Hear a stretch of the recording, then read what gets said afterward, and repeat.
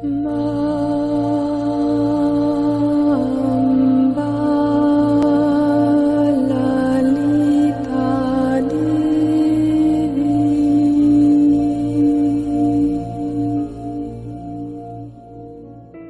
niño interior. Hoy vamos a hablar un poquito de este término tan utilizado que es el niño o la niña interior. Ya Sigmund Freud nos decía claramente que el niño es el padre del hombre. ¿A qué se refiere con esta aseveración? Pues es muy simple.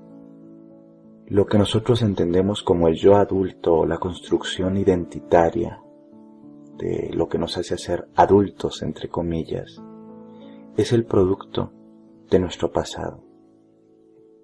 Y nuestro pasado inicia a nivel de desarrollo y socialización en nuestra infancia.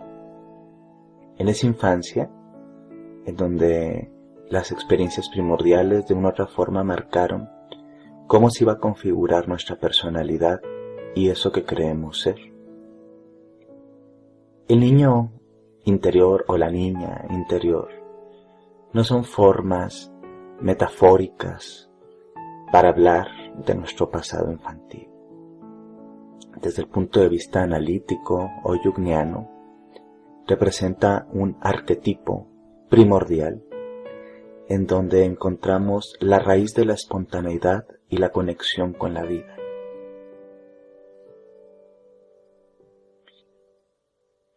El niño interior ha sido reflejado a través de los mitos, las leyendas, los cuentos, las culturas, el folclore y las religiones. Así lo encontramos, por ejemplo, en estos cuentos de hadas, donde los niños o las niñas se extravían en el bosque o continuamente tienen que pasar una serie de confrontación, de pérdida y mayoritariamente una lucha con el mundo adulto, o eso que consideramos adulto. Es evidente que detrás de estos símbolos y de todo este bagaje cultural que se encierra en el folclore, los mitos y las leyendas, hay una verdad muy profunda.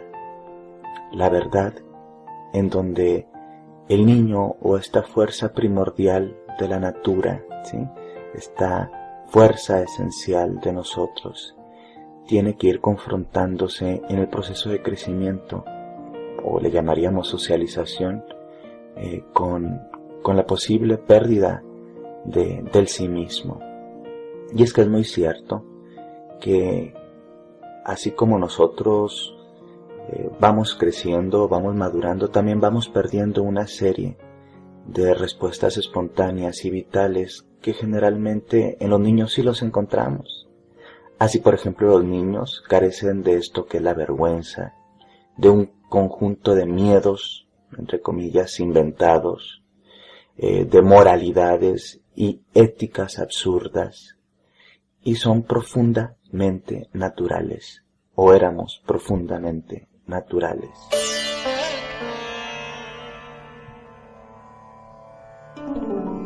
El niño representa una plenitud que abarca lo más profundo de la naturaleza. Así nos dice Carl Jung. ¿Qué es esta profundidad con la naturaleza?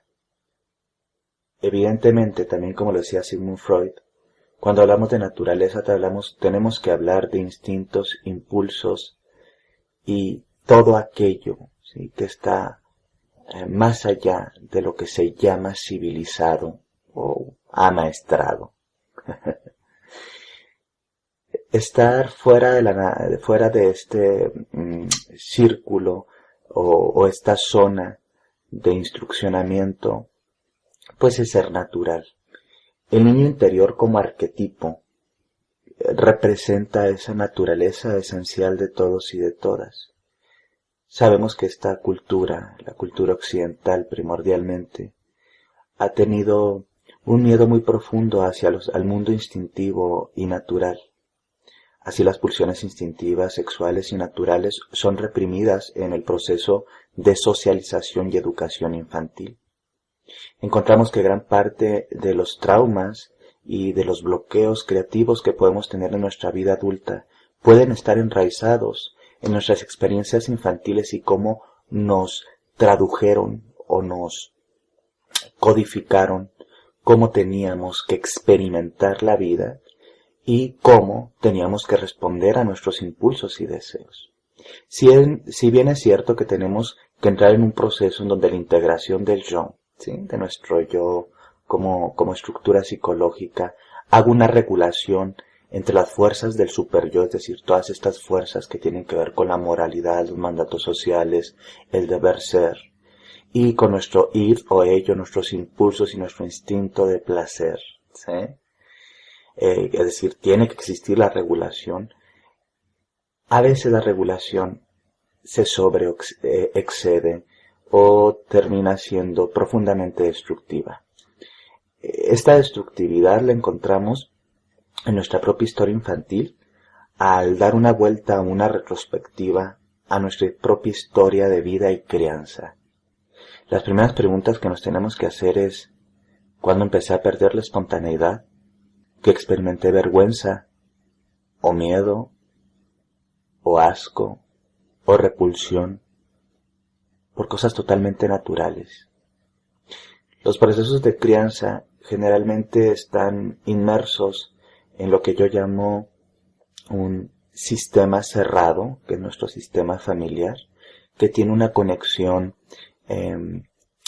o una interconexión, ¿sí?, con los esquemas que la sostienen. Entonces podríamos hablar de que nosotros como individuos estamos contenidos en un sistema familiar, pero que este sistema familiar está contenido en una comunidad específica con sus propias reglas y lineamientos, y que esta comunidad está todavía sostenida por una serie de exosistemas más complejos que podríamos llamar sistemas religiosos, culturales, incluso nacionales, o sea, nuestra forma de vivir según el país y la cultura que se nos da o que nos aporta. Entonces, cuando hablamos de libertad individual, tendríamos que hablar primero de este espejismo, en donde cómo puede existir una libertad si estamos sostenidos por varios sistemas de control que van permeando hasta llegar a nuestra familia, y nuestra familia, como primer sistema de crianza, nos transfiere todas estas cargas del exosistema o del gran sistema.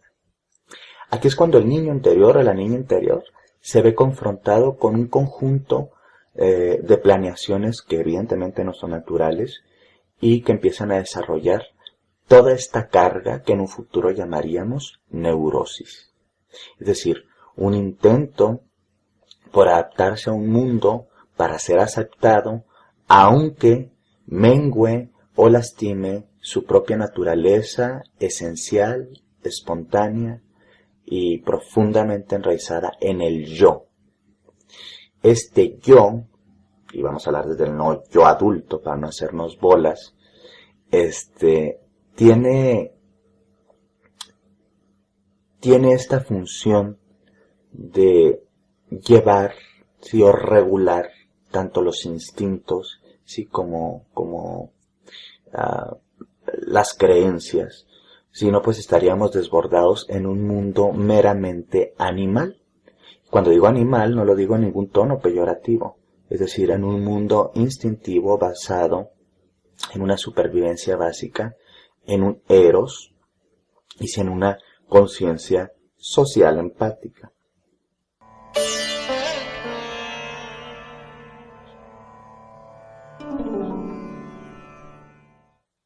El niño interior nunca se pierde.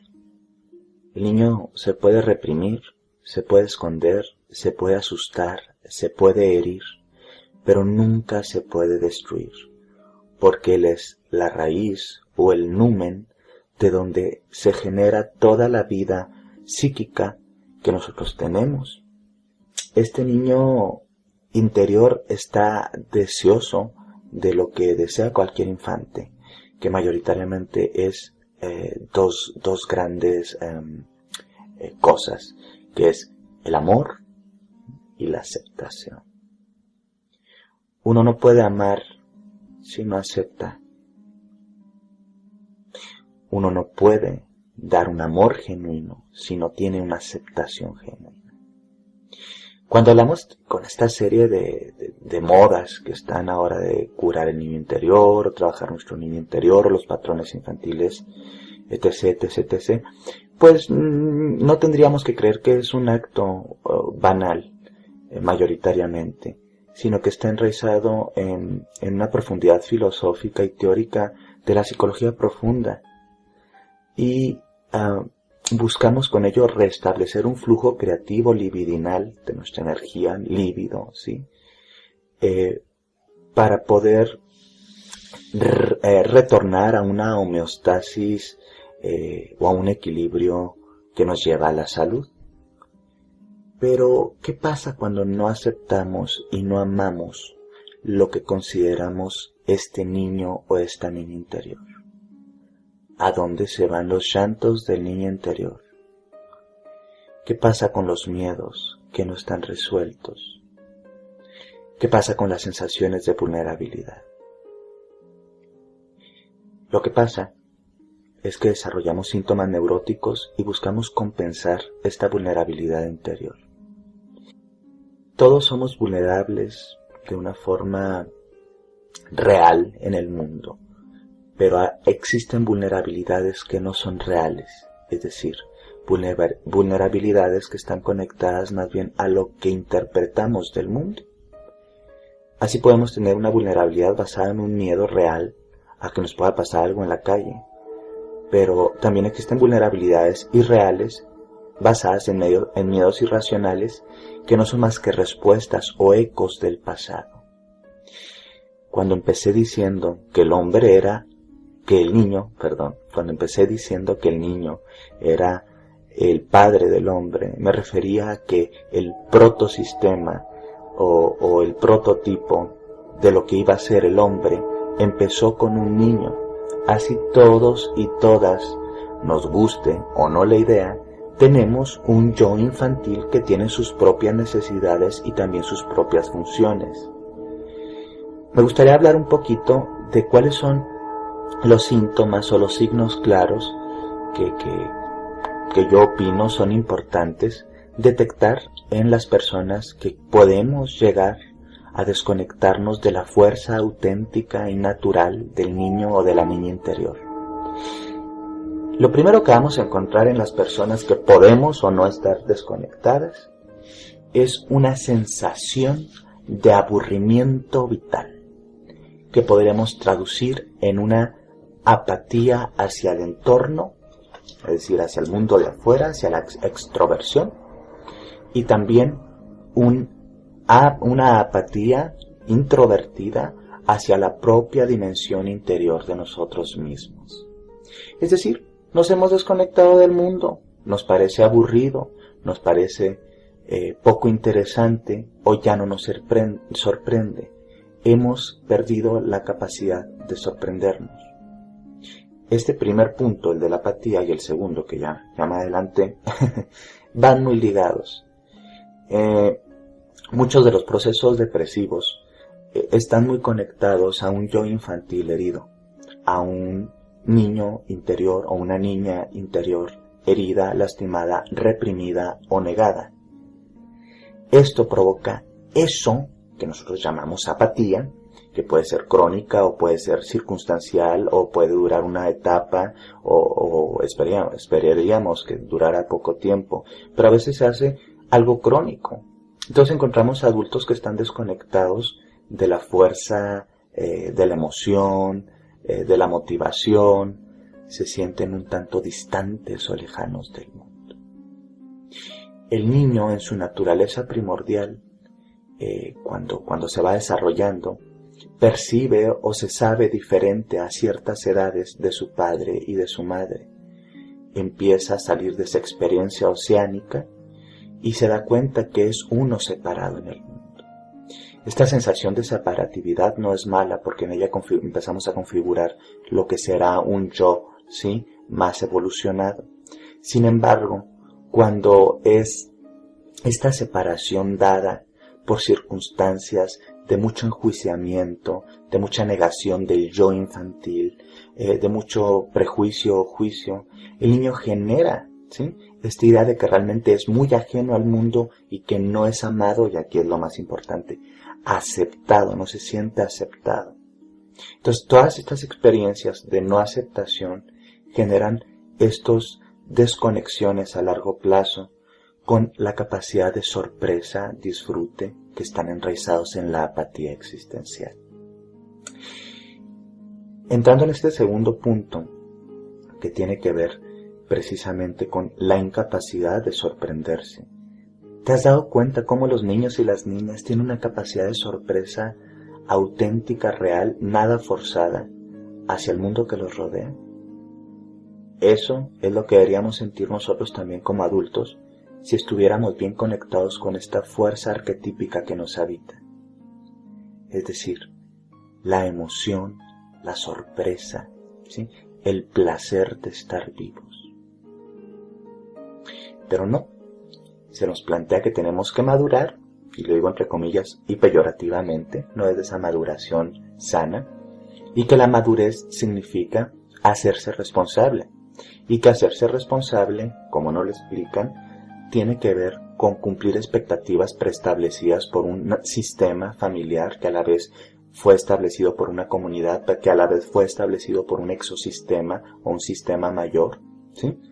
Que obedece más a los intereses de los sistemas mayores que a la naturaleza del individuo.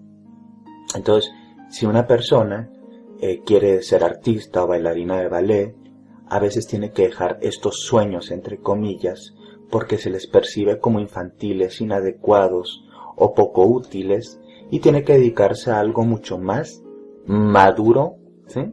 Y adecuado. Entonces la persona se desconecta de su verdadera pasión y de su verdadero objetivo vital y genera una respuesta de frustración hacia su propia vida y lo que está haciendo. Las personas que siguen sus verdaderos impulsos creativos y sus verdaderos impulsos personales necesitan estar conectados profundamente a su yo infantil, porque de él, ¿sí?, viene una gran carga libidinal, una gran carga de eros, de energía de placer, de conexión con el sentido y la vida. Y esta sensación de conexión, pues es a través de la aceptación. Acepto que esto es lo que quiero hacer y no me siento censurado o juzgado. Entonces la persona puede experimentar una vida creativa, una vida sexual, una vida laboral, social, más funcionales y menos neuróticas. A mayor grado de neurosis, mayor desconexión con lo que llamamos el niño o la niña interior. De hecho, lo interesante con el proceso neurótico en muchas ocasiones es que está revestido por una serie de mecanismos de defensa que son profundamente pueriles e infantiles desde el punto de vista racional. Entonces, encontramos que una de las claves para desarrollar un camino de curación es la integración del yo infantil sin negarlo. Pero pues, ¿qué significa aceptar un yo infantil? ¿Significa que nos vamos a portar como niñitos o como niñitas que tienen 4 o 5 años? No, no tiene nada que ver con eso necesariamente. Y digo necesariamente porque a veces no nos cae mal darnos un espacio de juego, esparcimiento, ocio, en donde no experimentemos culpa por sentirlo. Porque tenemos un mundo que se toma todo tan en serio que incluso a veces tomarte un momento de ocio te llena de culpa porque se supone que como adulto no deberías tener este tipo de esparcimientos. ¿Y qué más da si te gusta jugar algún deporte y quieres dedicarle un tiempo? ¿Y qué más da si te gustan los videojuegos y quieres dedicarle algún momento? ¿Y qué más da si quieres hacer una serie de hobbies que a ti te parecen interesantes aunque los demás los vean infantiles? Evidentemente, mientras esos hobbies no se transformen en un proceso adictivo que busca finalmente compensar a un niño interior que se siente desatendido. Porque también, cuando nos volvemos en vamos a llamar de forma evidentemente ligera el comentario, síndrome de Peter Pan, en donde queremos seguir actuando como eternos adolescentes y niños, pues evidentemente es porque hay una gran carga de traumatismo en nuestra infancia que no está resuelta y estamos tratando de hacer una sobrecompensación, ¿sí? A través de estas acciones que buscan nutrir o atiborrar las necesidades infantiles pues, que no fueron satisfechas. ¿Dónde está esta infancia que hemos perdido? Bueno, pues no está en el presente, evidentemente. Siempre está en el pasado. Y el pasado ya no se puede modificar. No puedes modificar lo que sucedió en tu pasado. No podemos modificar cómo fue nuestro sistema familiar y no podemos modificar las experiencias que tuvimos que transitar. Especialmente si estas experiencias, como carga traumática, estuvieron llenas de desamor, que es lo que más necesita el niño, el amor, y de no aceptación, que es más lo que necesita un niño, la aceptación. Bueno, como ya no lo podemos cambiar, el único poder está en el presente. Y entonces en el presente tenemos que hacer una acción reflexiva hacia el pasado, no para vivir en él y estar enojados o enojadas, sino para entender. No podemos sanar lo que no entendemos. Jamás podremos sanar lo que no entendemos. Pero no todo se tiene que entender a nivel racional. Existen varias funciones psíquicas para abstraer o para integrarnos hacia la realidad. Así también está el sentimiento, el pensamiento, la sensación y la intuición. Entonces, buscamos escarbarnos, ya sea en un proceso terapéutico, creativo, personal, a través de la autoayuda, libros y demás, para encontrar en nuestros familiogramas y árboles genealógicos órdenes familiares. ¿Qué pasó para que yo me sintiese de tal o de cual forma? Esto nada más nos sirve para poder tener racionalmente, y digo entre comillas porque hay otras formas no racionales de hacerlo, una explicación que les permita a nuestro yo actual poder recodificar, ¿sí? Resignificar y reaprender cómo experimentar la vida de forma más positiva. Uno de los grandes ejemplos podría estar aquí. Si en nuestra casa nuestra forma de dar y recibir amor estaba basada en compensaciones económicas o en el dinero, y creímos durante muchos años, como niños o niñas, que el amor se daba dando o recibiendo regalos, ¿sí? Porque quizá nuestros padres tenían esta forma o este patrón, ¿sí? Para manifestar su amor. Y entonces como adultos se nos hace muy complicado tener una carga afectiva tierna, empática, receptiva, más cálida, y estamos acostumbrados a comprar, entre comillas, el afecto y a compensar con objetos o dinero el afecto.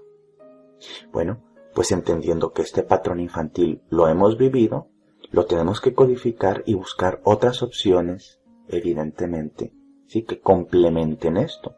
Si fue económico, pues tendríamos, o sea, del mundo material, tenemos que buscar cosas del mundo no material para poder desarrollar la función que nos falta. Y esa función sería la emocional. Es decir, tener una capacidad emocional y hacer intentos, porque no nos va a salir a la primera, de empezar a generar relaciones recíprocas afectivas a través también de esta emotividad y no únicamente de la materialidad. También otro ejemplo típico es ir a nuestro pasado y ver si a través de nuestro sistema familiar también creemos que la aceptación o el amor se dan a partir del poder sobre o de la violencia. Es decir, hay niños que aprendieron a querer, entre comillas, y respetar a sus padres no por una convicción, no, sino por una conveniencia. Porque quizá si no se respetaba el mandato de papá o mamá, venían castigos ya sea físicos, psicológicos, ¿sí? O de otra naturaleza. Y entonces aprendimos a que el amor está condicionado, que es condicional, es decir, que tenemos que condicionar el amor. Entonces, o estás conmigo o estás contra mí. Y aprendimos que eso es natural y no lo es. Hay una fuerza dentro de ti llena de sabiduría que sabe que eso no es natural. Porque si eso fuese natural, estarías feliz y plena, feliz y pleno. Y algo dentro de nosotros nos dice que no está bien. Esta fuerza dentro de nosotros es un poder homeostático o equilibrante que está en nuestra psique para ayudarnos a evolucionar. Entonces, cuando tú te das cuenta que esa es la realidad, que aprendiste a vivir en el amor condicionado, quizá basado en el miedo o en otras emociones negativas, tienes que hacer un esfuerzo consciente en tu presente para retirarte de las personas que te condicionan ese amor y también hacer un acto consciente de modificación de cómo tú condicionas a los demás para ser amado o para amar. Entonces, esto es para lo que nos sirve el pasado y este arquetipo del niño interior, entre muchas otras cosas, evidentemente. En este tiempo-espacio únicamente estoy tocando algunos tópicos. Entonces, uno de estos formas de curación con el niño interior es no vivir en el espacio-tiempo, ¿sí?, del pasado, porque es que no existe, es una virtualidad, ya no existe. Pero sí tiene un peso, porque gracias a ese pasado nosotros aprendimos a interpretar lo que nos pasa en el presente. Entonces, este niño o niña que es sanado, se sana en tiempo presente, modificando, ¿sí?, toda esta serie de planteamientos o malos aprendizajes, pero también dándole lo que no recibió de forma sana en el pasado, principalmente aceptación y amor. Bueno, ¿y cómo se hace este rollo de la aceptación y del amor? Porque suena lindo, pero de pronto decimos, bueno, ¿y por dónde comienzo?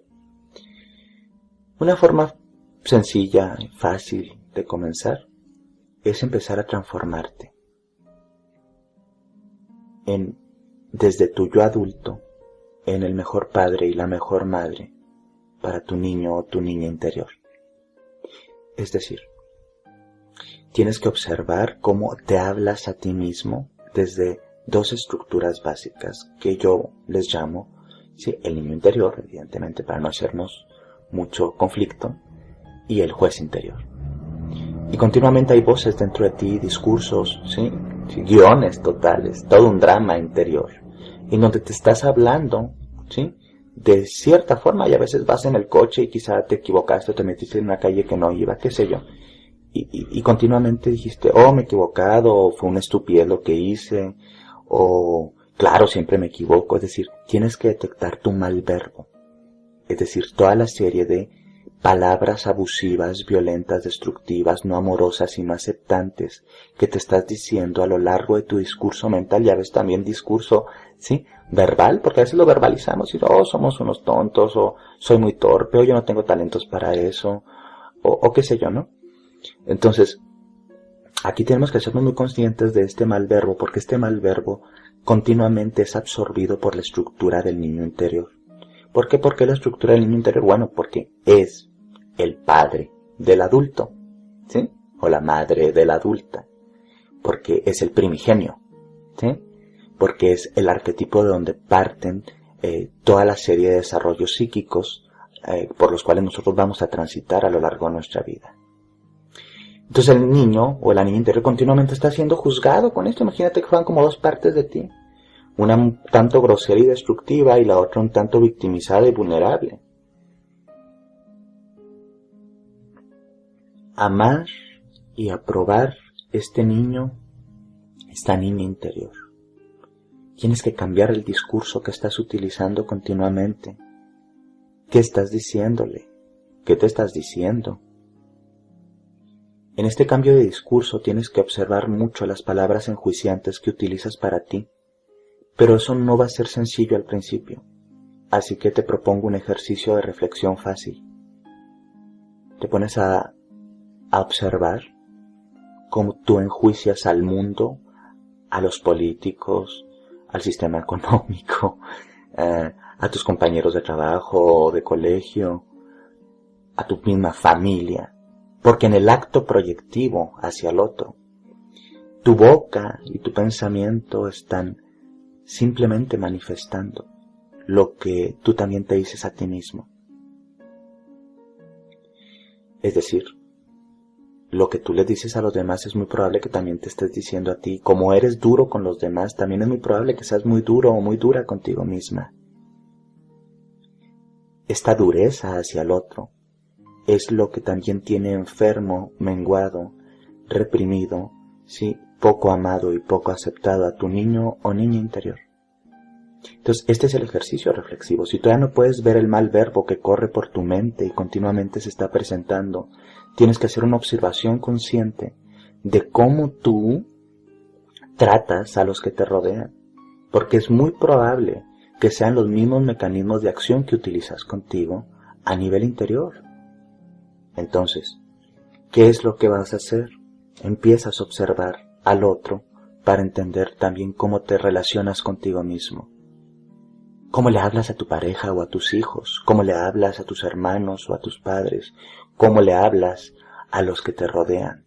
¿Te planteas dobles morales, dobles discursos? Porque muy probablemente así es también tu diálogo interior.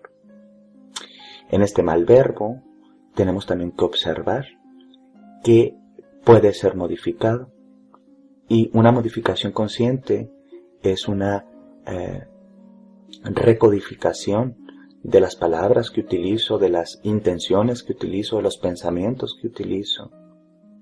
Me gusta una frase de Luis G. que dice: me amo y me apruebo incondicionalmente. Es un hermoso decreto. Me amo y me apruebo incondicionalmente. Qué bonito se oye. Qué difícil quizá llevarlo a la acción. Pero creo que en el fondo no es tan difícil. En el fondo necesita únicamente un poco de disciplina y constancia. Para morir como seres viejos, no sabios, viejos, eclosionados, resecos, oxidados. Para morir como viejos, tenemos que estar dispuestos a renacer como niños. Renacer como niño es un acto de conciencia. Es aceptar nuestro pasado como fue y entender que tenemos el poder y la responsabilidad para modificar cómo esto que pasó nos sigue afectando en el presente. Hemos de entender que no es un proceso de 3 días.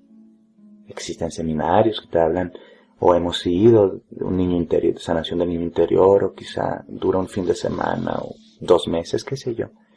Todo está bien, son intentos, pero hay que ser realistas. Esto no va a pasar de un día para otro, y menos en un mes o en un fin de semana.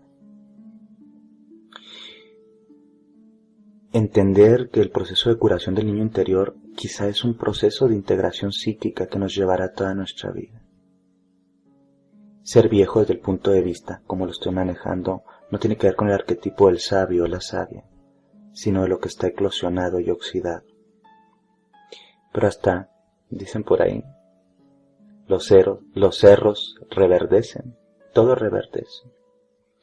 Para reverdecer y reconectarnos con la espontaneidad, la libertad, la creatividad y el estado, ¿sí?, del yo infantil, tenemos que empezar primero a recodificar la forma en que nos hablamos, porque cómo nos hablamos en el presente son los ecos que aprendimos en el pasado, y probablemente serán los que seguiremos emulando en un futuro virtual que puede o no existir. Esta recodificación consiste en observar continuamente cómo censuramos, aplaudimos, aprobamos o no a esta parte de nosotros que quiere crear, que quiere sentir, que quiere amar, que quiere experimentar. Todas estas facetas que llamaríamos expansivas están conectados a la fuerza del yo infantil. En el tarot, la primera carta, o la carta mutable, es decir, que se mueve a lo largo del tarot, el tarot como sistema simbólico, evidentemente, es el loco que representa el yo infantil. Este yo infantil se desplaza por todo el tarot, transformándose y aprendiendo en cada uno de los arcanos las experiencias que tienen que ver con lo materno, con lo paterno, con el erotismo, con la transformación, con la muerte, con el contacto con la sombra. Generalmente este arcano tiene la asociación hacia el cero porque está inmerso, ¿sí? O es el potencial, ¿sí? O la semilla en todo el proceso o todo el círculo del tarot. También en otros sistemas simbólicos, en otros mitos, en otras leyendas y en otras disciplinas, la figura del niño divino, para identificarlo más allá del niño personal o el niño, ¿sí?, interior, pues está representado incluso a nivel religioso, ¿sí?, como el niño que nace y trae la luz, un niño solar o un niño integrado, como el niño Jesús, o en las tradiciones precristianas, también como un proceso de la naturaleza donde las crías, o el niño, o el producto de los dioses, ¿sí?, se expande y crea la luz, ¿sí? Esta luz, símbolo de la conciencia, es lo que nos da el niño y la niña interior. Un pedacito de nuestro niño interior, o una gran cantidad de nuestro niño interior, a veces se queda encerrado en la sombra. La sombra, esta estructura psíquica en donde quedan eclosionados o encerrados todos los dones, pero también todo lo que es inadecuado para la conciencia, encierra muchos de los poderes del niño interior. De ahí que en muchos de los cuentos de terror, ¿sí?, que están conectados con la sombra simbólicamente, y muchas de las historias y leyendas, e incluso películas modernas, nos expongan esta serie de niños fantasmas, o niños espectrales que salen como por ejemplo en el personaje, ¿cómo se llama?, Samantha o Tamara, no recuerdo, del aro, ¿sí?, del aro, en donde ella sale de un pozo y viene buscando continuamente llevarse a las personas, y ella es como una parte del niño, de la niña interior que ha sido negada, disociada, no entendida, no aceptada, no amada. Recuerdo, si mal no recuerdo, en esta película se expone el punto de que ella estaba buscando a su madre, porque su madre fue quien finalmente la dejó en este pozo. Es decir, el yo adulto reprobó muchas de las virtudes y de las características del yo infantil, y el yo infantil, al quedarse tanto tiempo en la sombra, en la oscuridad, ¿sí?, viene de forma, entre comillas, demoníaca o destructiva, ¿sí?, a reclamar, ¿sí?, ser observado, ser visto, ser amado, ser integrado. El yo infantil en muchos sentidos se queda anclado, ¿sí?, con este gran arquetipo que muchas veces es muy mal entendido, la sombra, y también tenemos que rescatar eso. Entonces, un camino de curación hacia el yo infantil es el camino de la aceptación, porque donde hay aceptación hay luz, y donde hay luz se ilumina la sombra. Entonces, la sombra psíquica es integrada a través de la integración de las experiencias traumáticas, vergonzosas, no aceptables que nos tocó transitar. No porque fueron malas, no porque tenemos que aplaudirlas o censurarlas, simplemente porque existieron, porque pasó, porque quizá nos tocó vivir algo que nunca se tuvo que decir, que siempre tuvo que ser un silencio. Entonces, reconectarnos con la verdad, ¿sí?, nos libera. La sombra abre su puerta y todo aquello que parecería estar condenado, sí, a la oscuridad, simplemente se libera y se integra. Estas partes del yo infantil que también pueden estar en la sombra por el gran tabú que encarnan, pues tienen que ser integradas.